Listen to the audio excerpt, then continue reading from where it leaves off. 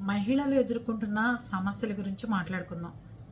ఎక్కువగా మహిళలు ఎదుర్కొంటున్న సమస్య ఏంటి అంటే, బాగా ఫ్యాట్‌గా ఉన్నారు, హెల్తీగా ఉన్నారు, లావుగా ఉన్నారు, బొద్దుగా ఉన్నారు అని మాట్లాడుతుంటారు. కానీ అర్థం కాని విషయం ఏంటంటే, మెరుపు తీగలాగా సన్నగా ఉన్నప్పుడు నువ్వు బాగున్నావు, అందంగా ఉన్నావు అని చెప్పేవాడు ఒకడుండడు.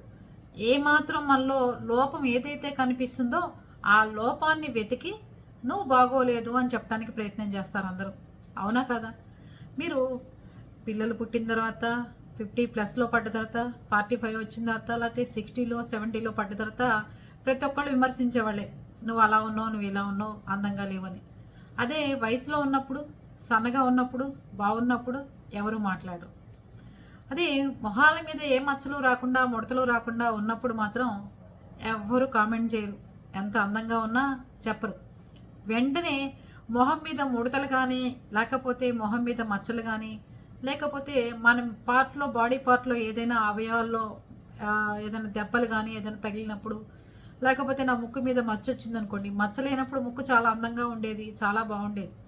మచ్చొచ్చిందంటే ప్రతి ఒక్కళ్ళు అడిగేవాళ్ళే, ఏమైంది మీకు, ఆ మచ్చ ఏంటి, ఆ దెబ్బ ఏంటి అని. కరోనా అప్పుడు వచ్చిందిరా బాబు, ఆ మాస్క్ పెడితే హాస్పిటల్లో సిప్యాప్ మాస్క్ అని చెప్తే అందరూ ఆశ్చర్యపోయే పరిస్థితి. నీ మొహం మీద మచ్చ ఏంటి అని. కానీ ముక్కు బాగున్న రోజున ఎవ్వరూ మాట్లాడలా. దాని తర్వాత చాలామందికి చాలా వెయిట్ ఉన్నారు, చాలా లావ్ అయ్యారు ఈ మధ్యన అంటారు. ఇదే మనుషులు సన్నగా ఉన్నప్పుడు ఎవరు మాట్లాడరు.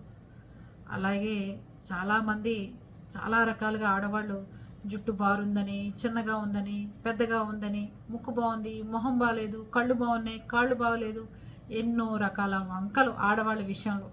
ఇవన్నీ పడుతూ ఉండాలంటే బ్రెయిన్ చాలామందికి తీసుకోవడం చాలా తక్కువగా ఉంటుంది.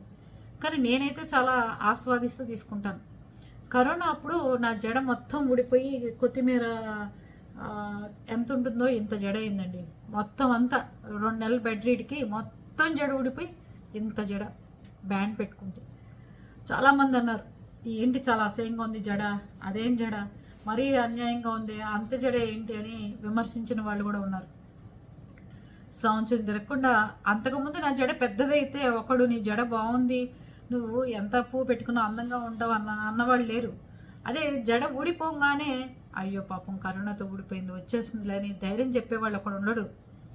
ఏదైనా ధైర్యం చెప్పేవాళ్ళు ఒకళ్ళు ఉండరు. ఏదైనా జబ్బు చేసి ఏదైనా ఊడిపోయినా, మనకి ఏదైనా మొహం పాడైపోయినా, మనకి ఏదైనా హెల్త్ ప్రాబ్లం వచ్చినా, లేకపోతే థైరాయిడ్ వచ్చి లావ్ అయిన వాళ్ళు ఉన్నా, ఏదున్నా కూడా వెంటనే మనం ఏమంటాం వాళ్ళని, భలే లావ్ అయ్యేవే, భలే ఇలా ఉన్నవే, అలా అయిపోయేవే, ఇలా అయిపోయాయి, వంకలు పెట్టడంలో నెంబర్ 1గా ఉంటాం.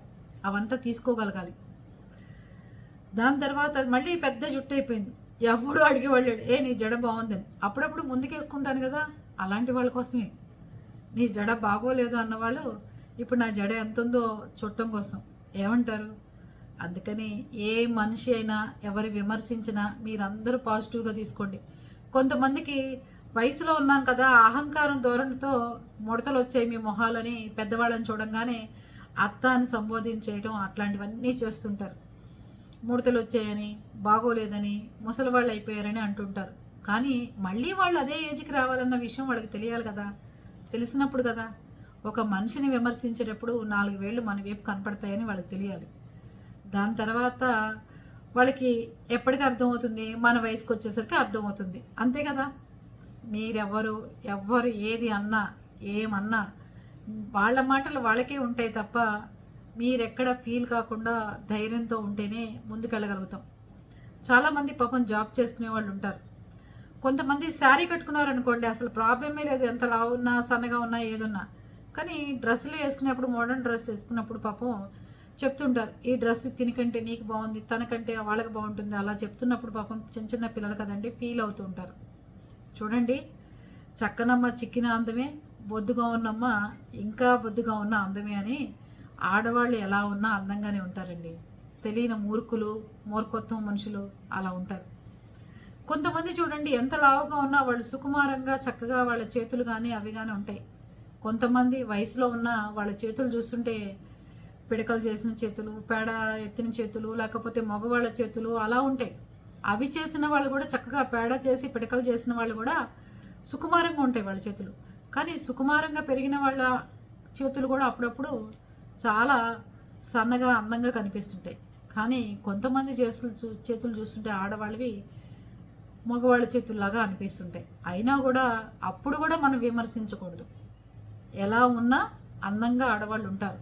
కట్టు బొట్టు మొహం చక్కగా ఆడపిల్ల ఎలా తిరిగినా ఆడవాళ్ళు ఎలా ఉన్నా అందంగా కనిపిస్తుంటారు. అది ప్రకృతి ఇచ్చిన వరం.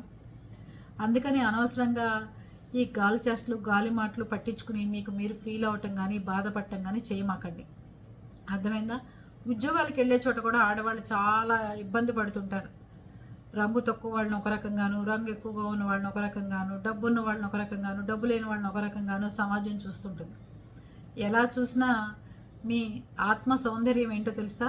మీ మాట. మీ మాటను బట్టే మీ సౌందర్యం పెరుగుతూ ఉంటుంది. మీరు ఎంత అందంగా ఉన్నా మీ మాట బాగోలేదనుకోండి, ఎవరు చూస్తారండి మీ వంక? చెప్పండి.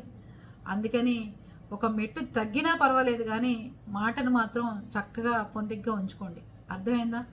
అందుకని ఎవరు ఏది అన్నా ఏమన్నా, అందం తక్కువ ఉందన్నా, జుట్టు తక్కువగా ఉందన్నా, మొహాల ముడతలు వచ్చినాయన్నా, లేదంటే జుట్టు తెల్లబడిపోయిందన్నా ఏదన్నా పట్టించుకోమాకండి. నా హెయిర్ కూడా చూడండి చక్కగా తెల్లగా అవుతుంది. హెన్నా పెట్టుకుంటూ ఉంటాం. ఇప్పుడు 8th, 9th, 10th పిల్లలకే తెల్లబడుతున్నాయి. కానీ చాలామందికి నా హెయిర్ తెల్లబడిందే కావాలి. వాళ్ళకి ఏజ్ని బట్టి తెల్లబడికి ఏమవుతుంది? 10th క్లాస్ పిల్లలకే తెల్లబడుతున్న రోజుల్లో విమర్శించాలనిపిస్తుంది. కానీ మనం ఆ విమర్శలు ఎంత వస్తాయో అంత పైకి వెళ్ళిపోతూ ఉంటాం. మనం చక్కగా మంచి స్థాయిలో కూర్చుని ఉంటాం. విమర్శించేవాడు ఎప్పుడు కిందే ఉంటాడు. అది ఆలోచించుకోండి. విమర్శలను తట్టుకోగలిగినప్పుడే మనం విజయం వైపు నడవగలుగుతాం. విమర్శించేవాడు ఎప్పుడు మన వెనకాలే ఉండిపోతాడు, ముందుకు రాలేడు ఎప్పుడు. అది అర్థమైందా? లేడీస్ ముఖ్యంగా అందం విషయంలో కానీ ఎవరన్నా మీ జుట్టు తెల్లబడింది, మొహాల ముడతలు ఉన్నాయి, నల్లగా ఉన్నారు, తెల్లగా ఉన్నారు, లావుగా ఉన్నారని మిమ్మల్ని మిమ్మల్ని ర్యాగింగ్ చేసినా మంచిగా ముందుకు వెళ్ళిపోతుండండి. మిమ్మల్ని చేసిన వాళ్ళు మీ వెనకే ఉంటారు. అర్థమైందా?